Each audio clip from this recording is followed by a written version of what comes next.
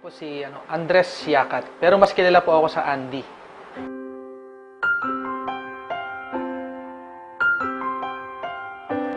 May pinanggalingan kong pamilya, hindi naman ganoong kayaman.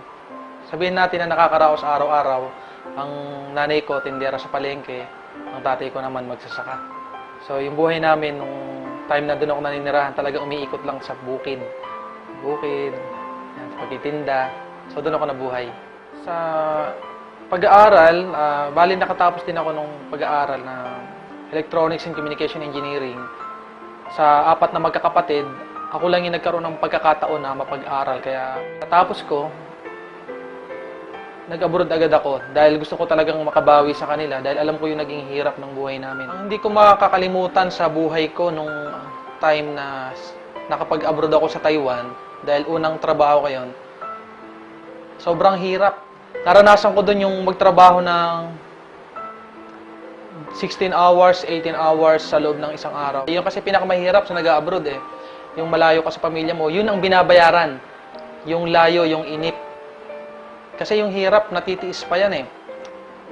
Pero yung, alam mo yun, yung pangungulila sa pamilya, yun yung isa sa pinaka hindi ko malilimutan sa buhay. Sa Taiwan, ang laki ng pagkakaiba. Kasi noon, papasok ako ng alas 7 ng umaga, uwi ako ng alas 7 ng gabi.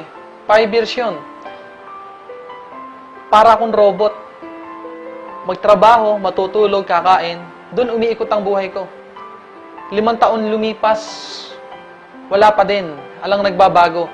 Pero sa AIM Global, ang nakita ko dito, ibang-iba. Kasi dito sa AIM Global, darating pagkakataon, nakamukha na nangyari sa akin, na kahit talaga wala ka ng ginagawa, pwede ka pa rin kumita. Sa 8 months, nailabas ko yung first car ko rito, yung pick-up na nabili ko nung una. At after 2 years, nabili ko na yung bago kong kotse, yung Hyundai Accent na ginagamit ko ngayon. And ito nga ngayon, ngayong October, yung condominium naman na pinapangarap ko, mailalabas ko na rin ngayong October. Pag ako pupunta sa ibang bansa, alam na alam ko magtatrabaho ko. Pero dito sa AIM Global, grabe na nangyari sa akin. Pumupunta ako sa ibang bansa, Hong Kong, Singapore, Thailand, Malaysia. Pumupunta ako hindi para magtrabaho. Pumupunta ako ngayon para mamasyal, para magnegosyo. Ganun kaganda yung AIM Global. 1, 2, 3. I know you want me. You know I want you. I know you want me. You know I want you. I know you want me. You know I want you. I know you want me. You know I want you. 1, 2, 3, 4. 1, 2, 3, 4. Rumba. Ella quiere su rumba. Rumba. Ella quiere su rumba. Si es verdad que tú eres guapa, yo te voy a poner a gozar. Tú tienes la boca grande, dale, ponte a jugar. 1, 2, 3, 4. 1, 2, 3, 4. Salamat sa company sapagkat sa nangyari sa buhay namin, sa aming mag-asawa, na nakasama ko siya ng lagi na, hindi ka mukha dati na pinupuntahan ko pa siya sa Singapore. Pero dahil nga sa laki na kinikita ko na din, nagawa ko na yung pauwi siya dito.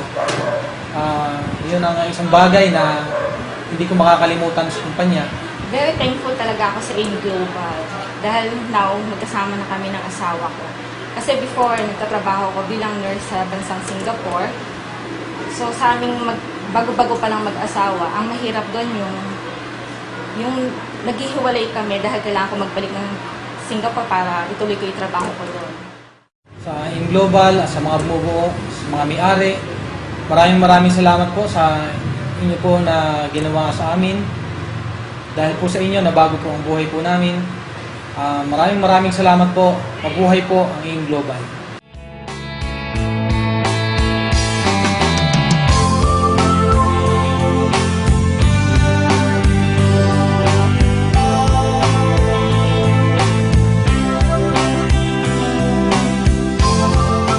Pagka ginusto mo ang isang bagay, makakagawa ka ng paraan. Wala sa galing o talino, ang importante pala kung talagang walang-wala na mapagkukunan kahit ano gagawin mo.